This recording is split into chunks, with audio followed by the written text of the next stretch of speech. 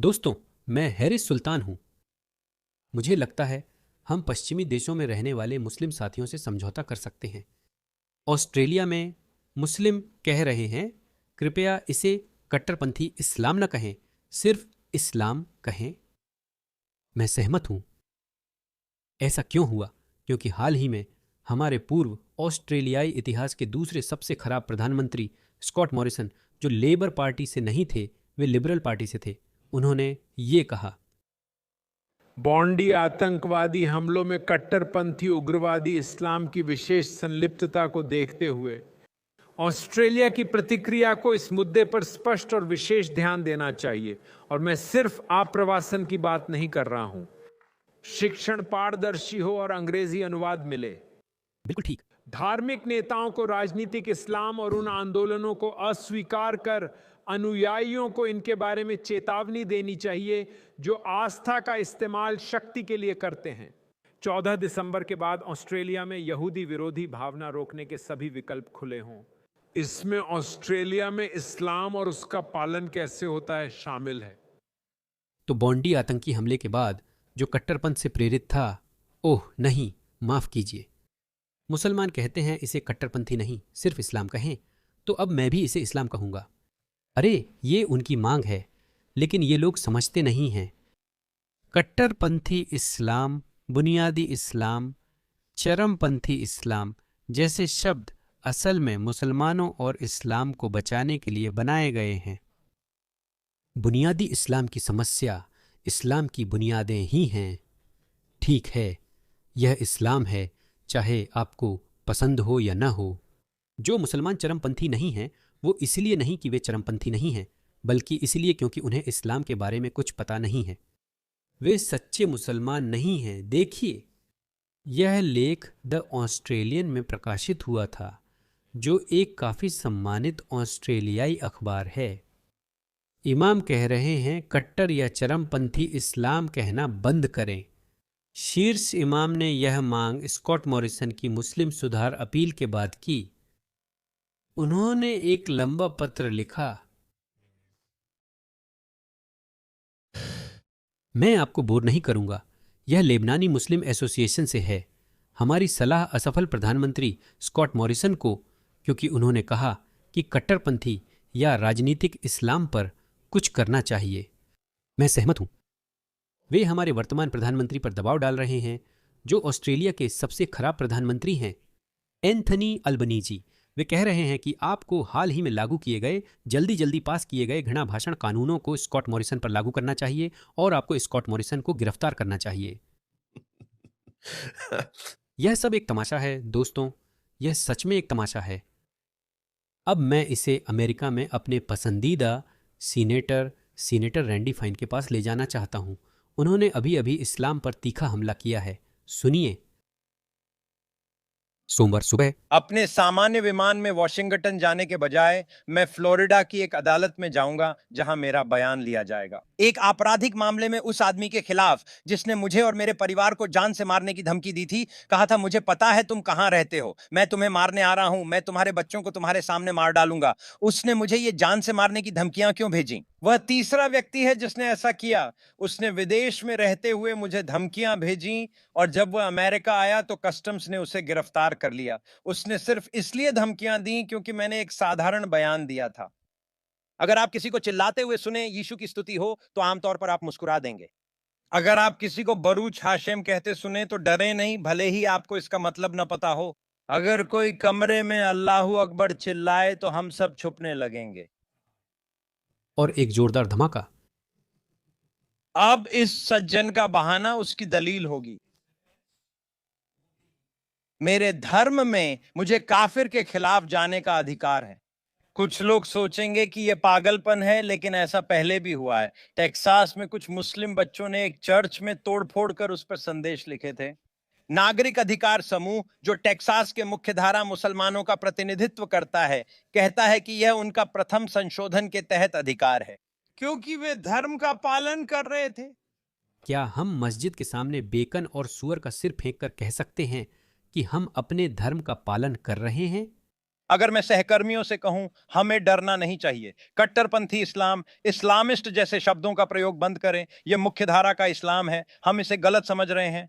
जो लोग हमें मारना नहीं चाहते वे कट्टरपंथी हैं। मुख्यधारा के लोग ही ऐसा करते हैं। अगर किसी को चिंता है तो वे यूनाइटेड इस्लामिक किंगडम और फ्रांसिस्तान में क्या हो रहा है देखें। फ्रांस में हमलों की चिंता से नए साल की पूर्व संध्या के जश्न रद्द हुए। जर्मनी में कई क्रिसमस बाजार रद्द कर दिए गए क्योंकि डर था कि कुछ मुसलमान लोगों को कुचल सकते हैं। क्या आप यकीन करेंगे, जर्मनी अक्टूबर फेस्ट के लिए प्रसिद्ध है।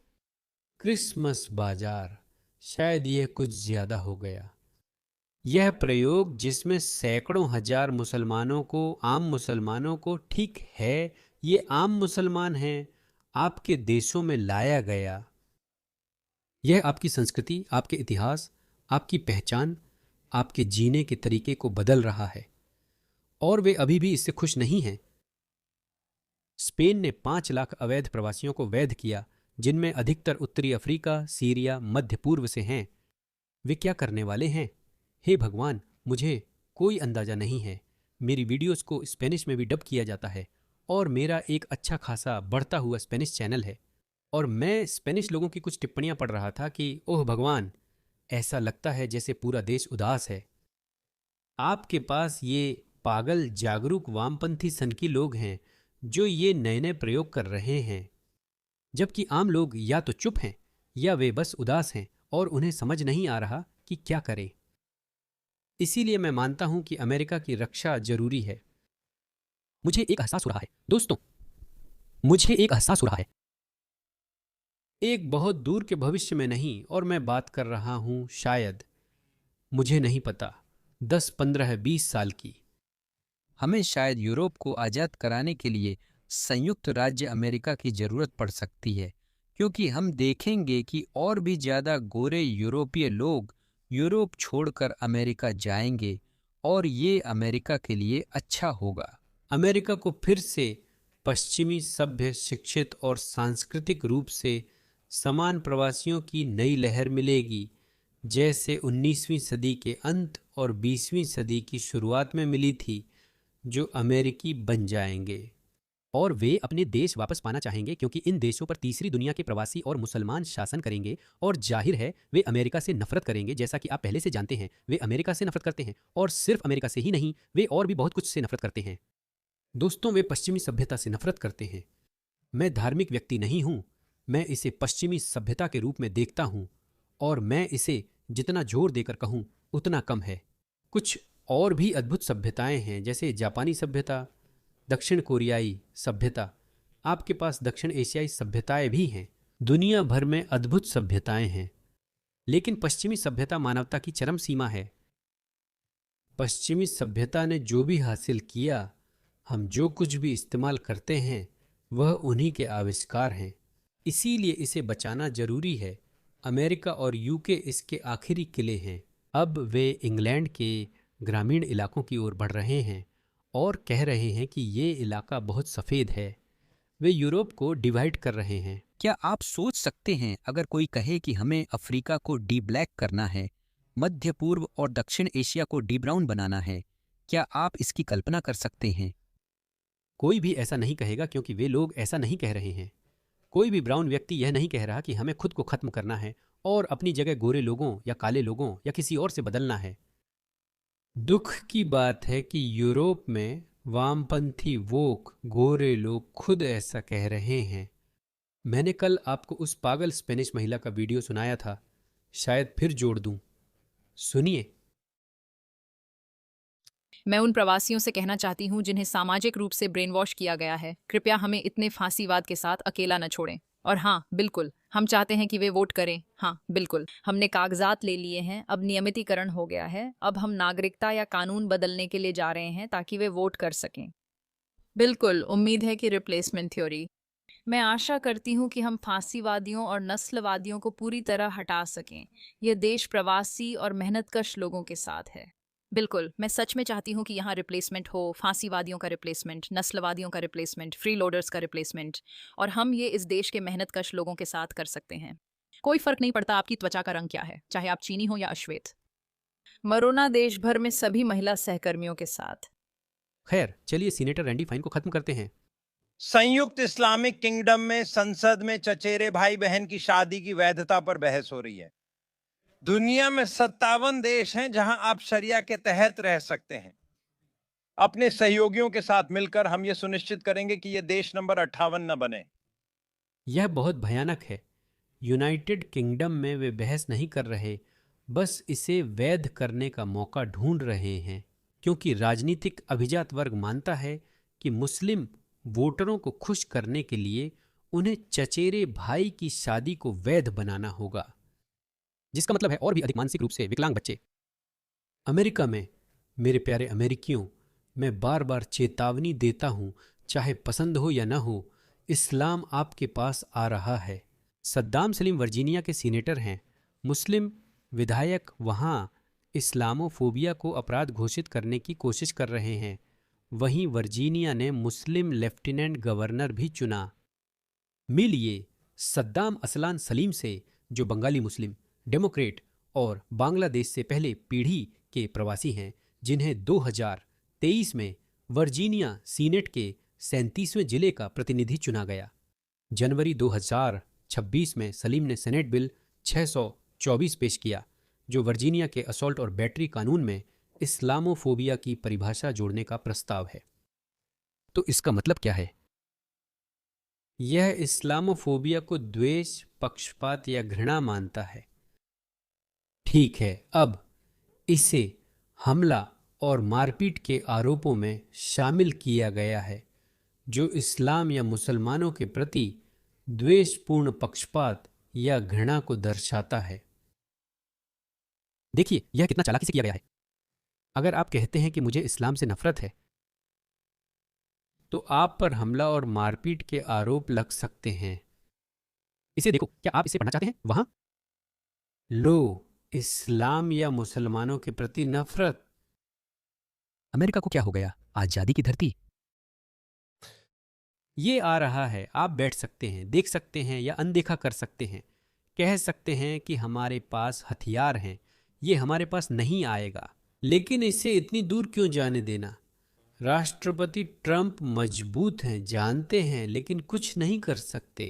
लगता है हम इल्हान उमर और राशिदा तालिब को भी नहीं संभाल सकते। ये उनके निर्वाचन क्षेत्र में ही हुआ। राशिदा तालिब, देखिए, उनके क्षेत्र में नारे लगे, देखें उनकी कमजोर प्रतिक्रिया।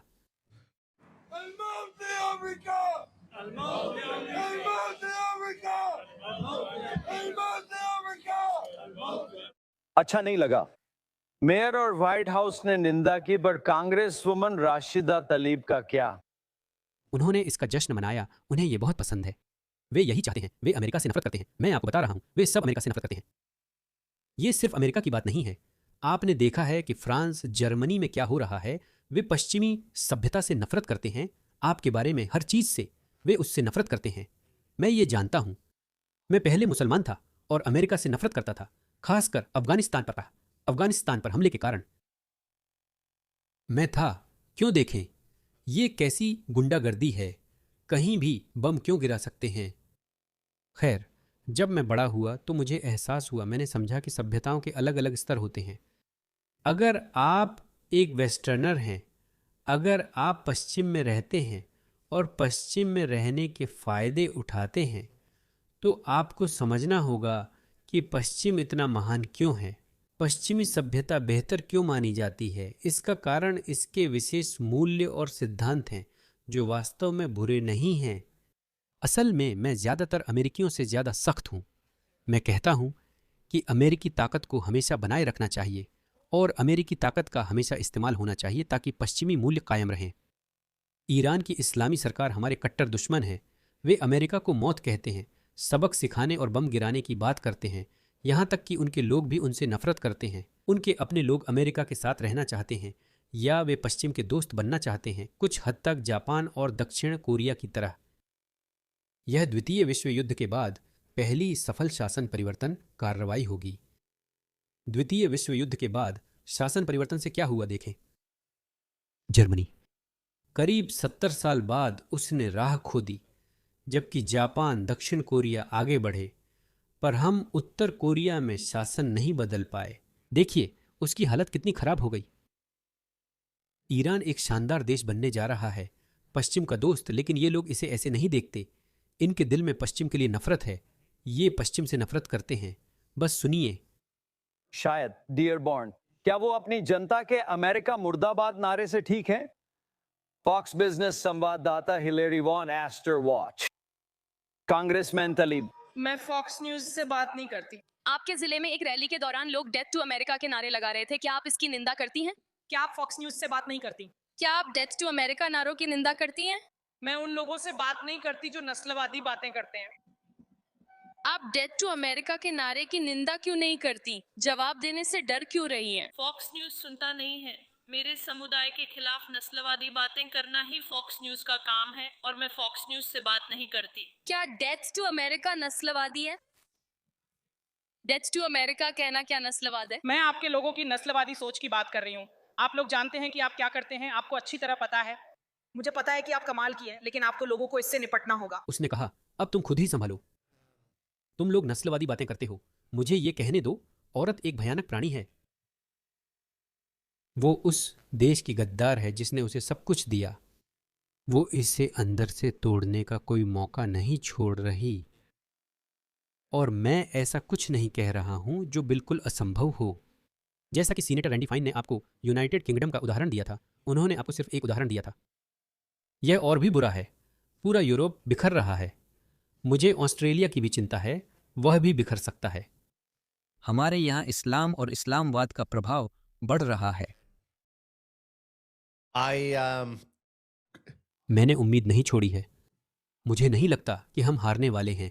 मैं सच में ऐसा नहीं मानता। ये लोग जो चुपके से पश्चिमी देशों में आए हैं और अपने पैर इस तरह फैला रहे हैं जैसे शरीर में कैंसर फैलता है, ये ऐसे सफल नहीं होंगे। हालांकि ये रास्ता आसान नहीं होगा, ये वाकई बदसूरत होगा। मैं देख रहा हूं कि स्पेन, ब्रिटेन या पुर्तगाल के मूल निवासियों की तरफ से ज़्यादा हताश और गुस्से वाले कमेंट्स आ रहे हैं। हाँ, मेरा एक चैनल पुर्तगाली में भी है जो AI के कारण है, और ऑस्ट्रेलियाई अमेरिकियों की तरफ से भी लोग गुस्सा हैं और आगे भी होंगे। फिर एक वक्त आएगा जब हमें रोकना उनके लिए नामुमकिन होगा। कुछ लोग कहते हैं कि वो सच में ऐसा चाहते हैं, तो तभी वो हम पर अपने तानाशाही कानूनों के साथ सख्ती से आएंगे। उस समय मुझे नहीं पता कि उस समय सत्ता में कौन होगा। अगर तब दक्षिणपंथी रूढ़िवादी सत्ता में हो तो हम जीतेंगे। अगर उस समय वामपंथी जागरूक नेता सत्ता में हैं तो हमारी हालत बिगड़ जाएगी। ऐसा ही होने वाला है। और मुझे सबसे महत्वपूर्ण देश के बारे में नहीं पता। मैं अभी यही कहूँगा, मुझे पता है कि मैं नहीं चाहता कि ऑस्ट्रेलिया गिर जाए, लेकिन सबसे महत्वपूर्ण देश जिसकी हमें ज़रूरत होगी वह अमेरिका है। बिल्कुल, अमेरिका पश्चिम का ताकतवर देश है। आखिर हमें अमेरिका की ज़रूरत होगी कि वह ब्रिटेन, स्पेन, फ्रांस, जर्मनी या ऑस्ट्रेलिया को बचाए। मुझे उम्मीद है हालात इतने नहीं बिगड़ेंगे, लेकिन शायद हमें रीसेट बटन दबाना पड़े। इंसानियत शायद हमेशा से ऐसे ही चलती आई है। हर 100 साल या उसके आसपास हमें रीसेट करना पड़ता है, हमें फिर से शुरुआत करनी पड़ती है, रीसेट बटन दबाना पड़ता है। चलिए फिर से शुरू करते हैं। क्योंकि चीज़ें ठीक नहीं हैं, वे सड़ रही हैं। शायद इसी वजह से हमें एक क्रांति की ज़रूरत है। मुझे नहीं पता, देखेंगे। मेरे पास कोई जादुई गेंद नहीं है, लेकिन मैं आपको एक बात बता सकता हूँ, चीज़ें जिस तरह चल रही हैं वैसे नहीं रहने वाली। कुछ तो बदलना ही पड़ेगा।